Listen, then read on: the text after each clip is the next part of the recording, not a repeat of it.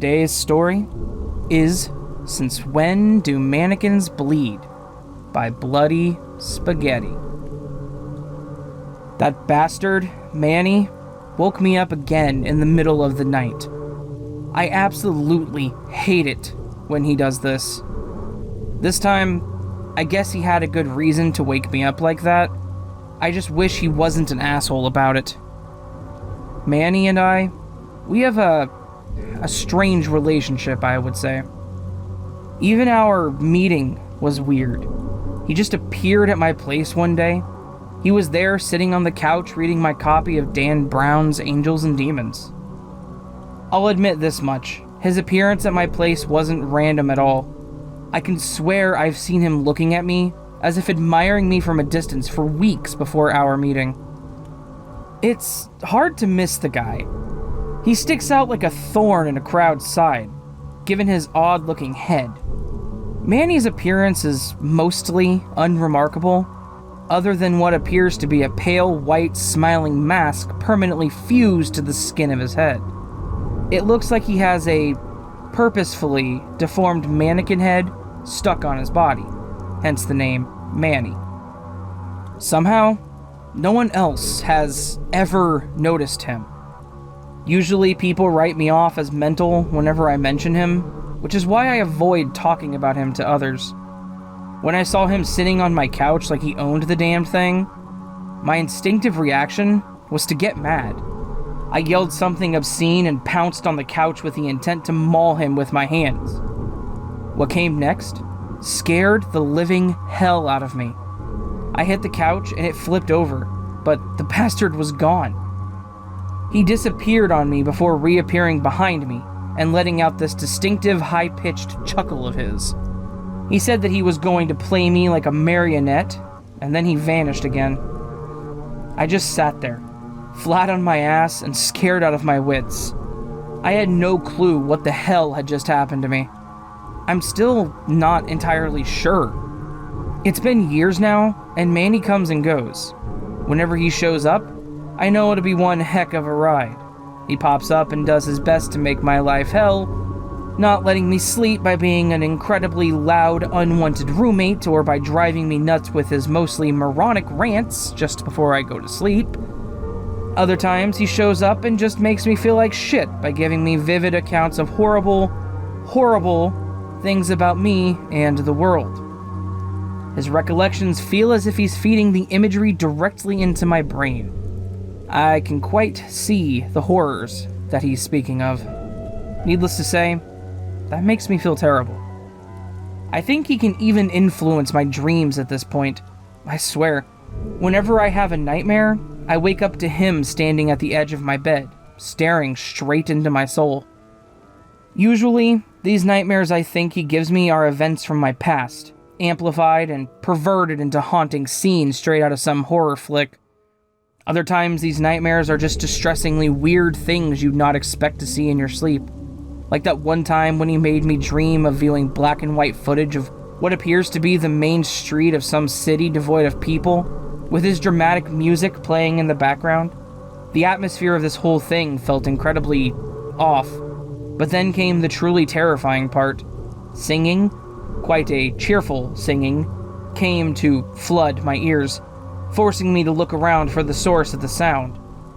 My dream self looked up, and above it, or me, hung women dressed in 20s outfits swinging from the streetlights, lifeless swaying softly in the wind, and yet singing cheerfully. I woke up in a cold sweat to be greeted by the pallid mug of that bastard. Over the years, he'd pull some nasty tricks where he'd stand there in the distance, making sure I see him before pulling out a long black rod and just stabbing himself somehow, as in with some voodoo magic. I'd feel it wherever he stabbed himself, usually the leg. It hurts so bad whenever he does this.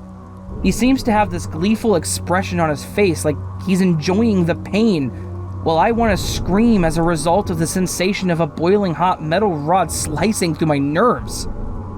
The first time was as shocking as hell. I've bitten so hard through my lip due to the pain, I now have a scar there as a reminder of that day. Unfortunately, I've come to accept it as part of my experience with Manny.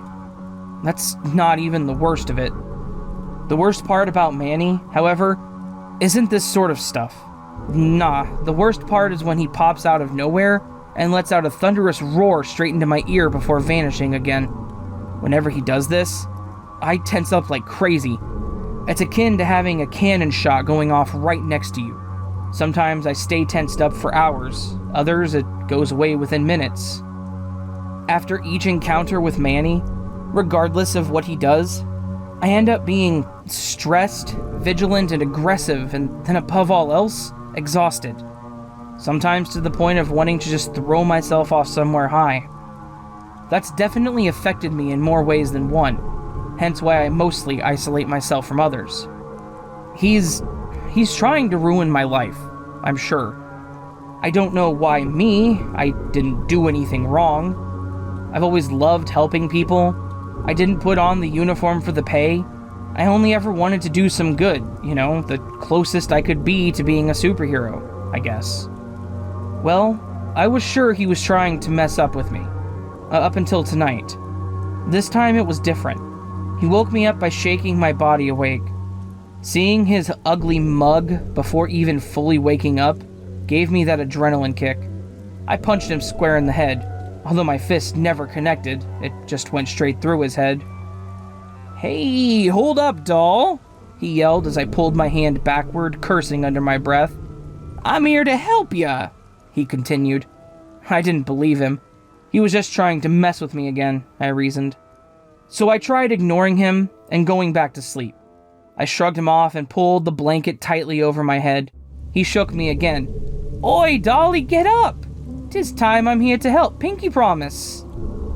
"Fuck off," I barked, trying to drown his presence out of my head with some pleasant memories. "Shh, they'll hear ya," he shushed me. Something was wrong with that statement. Usually there are no others involved in his cruel jokes. I pulled the blanket from my head and looked him dead into his empty eye marks. "What are you talking about?" He mouthed. "Quiet down your tone." "Huh?" I questioned, confused and genuinely pissed off at this point. "There are 3 mannequins in your house. They don't mean no good, Dolly," he whispered. "Bullshit," I barked back with a whisper. I didn't even know why I was whispering, really. "Listen for yourself, Dolly," Manny hissed, pointing at where his ears should have been. I did as he said. It was dead silent. I was going to throw another fist at the creature that's been haunting me for the last few years, but then my thought process was cut short by the sound of footsteps. 2, 4, 6. My heartbeat sped up. I slowly got out of my bed, walked towards the bedroom door. I always keep it locked, even though I live alone. It's like an OCD thing. I stood by the door and listened. Someone was definitely walking around in my house. 3 people, in fact. They were saying things I couldn't understand because they were too quiet. My breathing was becoming shallow and my body was getting hot. I could feel my own temperature slightly rising.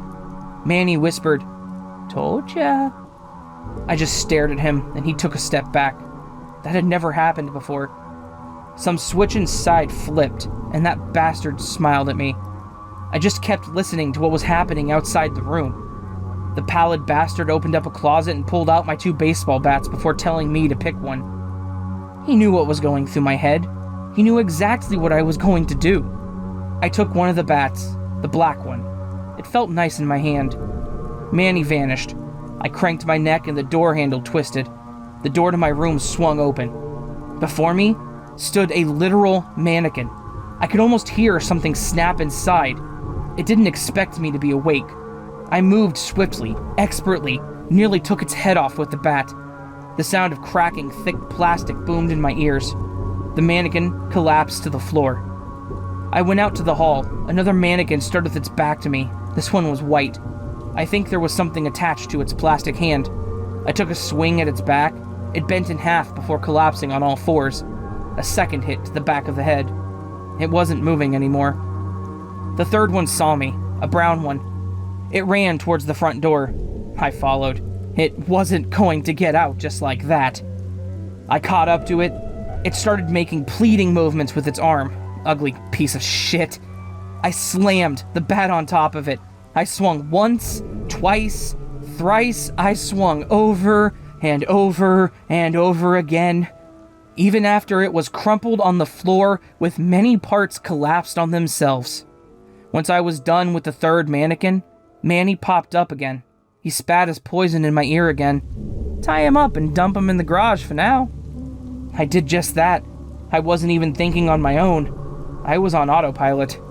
Good thing the front door was unlocked. The adrenaline wore off quickly, and I was exhausted once more, a completely worn out man. I headed up, back to my bed, almost as if nothing had happened. I was pretty docile and relatively calm after that. I passed out on the spot pretty much. Manny was nowhere in sight, thank God. I slept like a baby. Waking up this morning, I remembered what had happened the night before, and my mind raced again, forcing me to feel like the world would collapse on top of me if I didn't check the garage. The moment I got out of my bed, cortisol filled my system up once more. I noticed a massive bloodstain on the floor. Since when do mannequins bleed?